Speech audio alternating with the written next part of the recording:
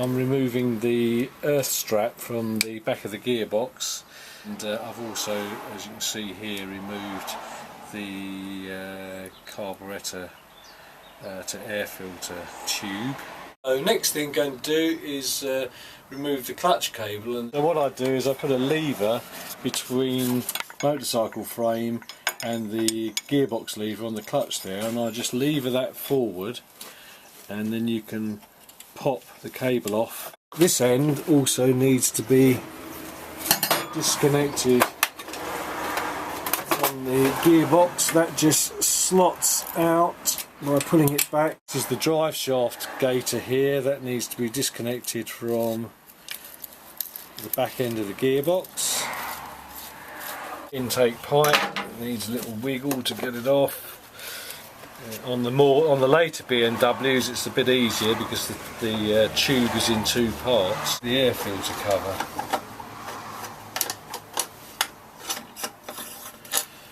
So that covers up the air filter on these older BMWs, slightly different to the modern ones. And then this next thing to come off is the back cover for the gearbox. Held down by a spring clip. Now you don't normally need to undo anything on that. You can just slip that out sideways like that. There's a metal tab there that has to go back the right way around. That's the cover when you're reassembling it. Disconnect the gear lever rod by undoing this around the back. That's it. So don't lose the spring clip. There's the little spring clip that holds it on. This is one of the lower engine mounting bolts, but it also holds the exhaust pipe clamp on. We're not going to take the exhaust off, we're just undoing this so as I can take this footrest off.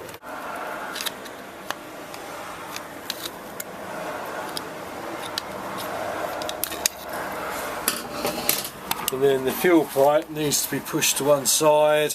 Then the carburettor can be disconnected, leaving the cables on, and that can be placed up on the head just to one side with its cables attached out of the way, because the gearbox is going to come out from this side.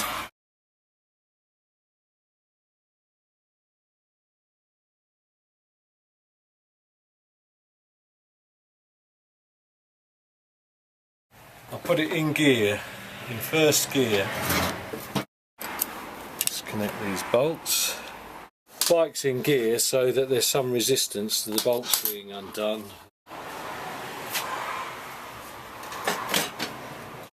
This pinch bolt holds the axle tight.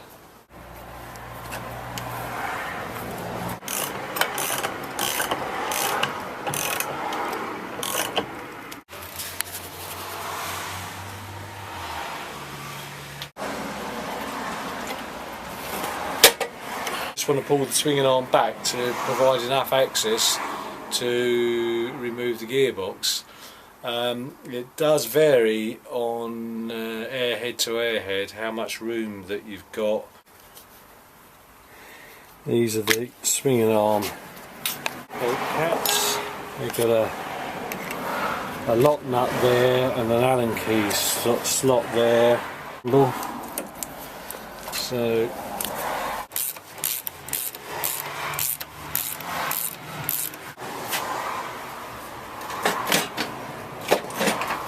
shaft tube, at least there should be.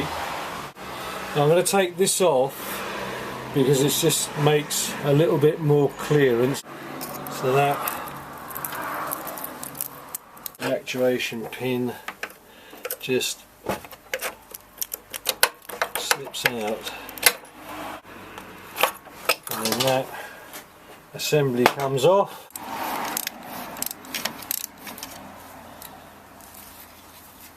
The only one of the four bolts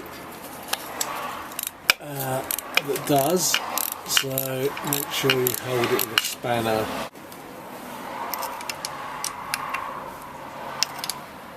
Undone the bolts, pulled the gearbox back.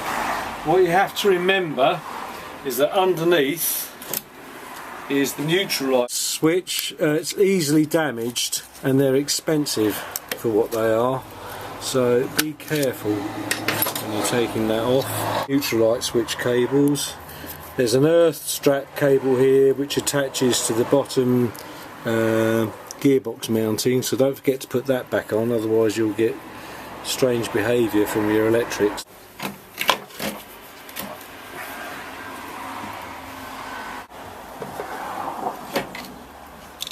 There we go. Okay, so there's the gearbox. This is the front gearbox input shaft oil seal, and there's the clutch push rod. So when you push on the clutch, that push rod pushes into the clutch and operates it. That's what the lever bears on at the back. There's the other end. There's the clutch push rod that I'm pushing on. So that passes all the way through the gearbox and pushes on there. What we're doing, curing the oil leak. What you've got to be careful of here is you don't damage the surface that the seal runs on.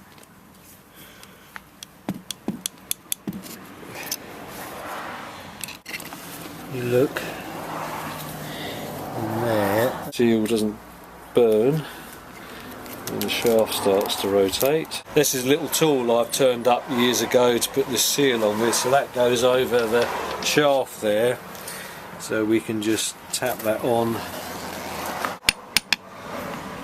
You need to hammer it carefully so that gearbox,